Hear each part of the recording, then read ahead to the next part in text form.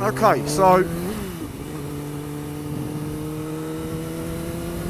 these are my top 3 mods for the ZX10.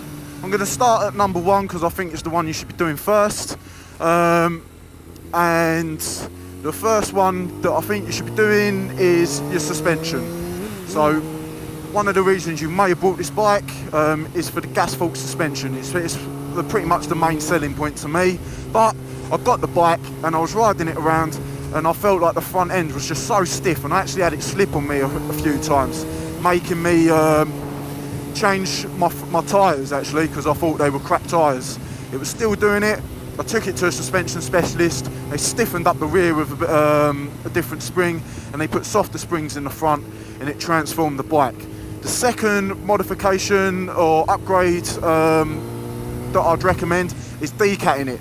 I felt like this bike had no mid-range, and I was quite surprised actually with how new and powerful I know that it is. Took the cat out, and then by taking the cat out, it freed up load of mid-range for me. The cat absolutely weighs a ton, and if you look on the Aquapovic website, they reckon that the decat gives it an extra 13 brake horsepower. Whether that's true or not, I don't know, but it's got to be making a fair difference for them to even be able to attempt to list that number. Then going on to the last upgrade is getting the ECU flashed and mapped. So if you're going to take a cat out, that's going to upset all the fueling. It's going to make the bike run a lot differently, and it hasn't had a standards map from factory anyway. So once you've adjusted a few things, put a different can on it, put a decat on it, you're really going to want to get that so it's running nicely. So my power curve on this is really nice and smooth, and it's making 198 brake top end. Apparently, if I'd used an Arrow system instead of the Aquapovic system, and when I say system, I don't mean full system, I mean decat and pipe, it would have had me over 200 brake. But this is a road bike, really don't need over 200 brake, and I like the Aquapovic can, so I'll stick with what I've got. Also, by enabling the flash on the ECU, you can get the auto blipper enabled. Now, you might be thinking, what's an auto blipper? Well, you probably know what a quick shifter is. If not, I'll show you. On the throttle, no clutch. I can just literally tap that lever and it will momentarily stall the engine for me to go up through the gear.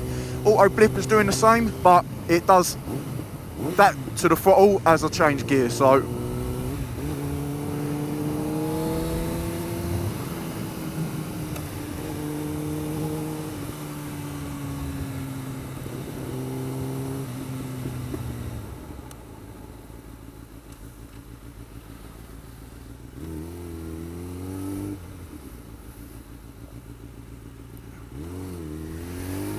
quick shift, second, third, and then going back down.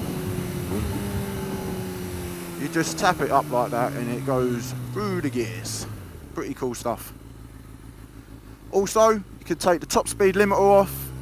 Not that it matters, it's at 189, so it's not like it's a low top speed limiter, and I don't think the bikes have got that much more punch in them.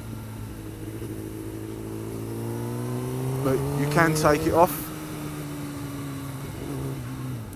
We want to go left here to go to Colchester.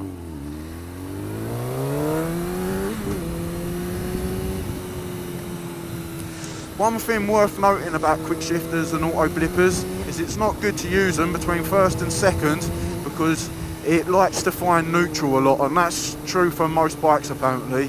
It can put a lot of strain on the gearbox because it'll find neutral easier than it will find second. So pretty much everyone I speak to says don't do it.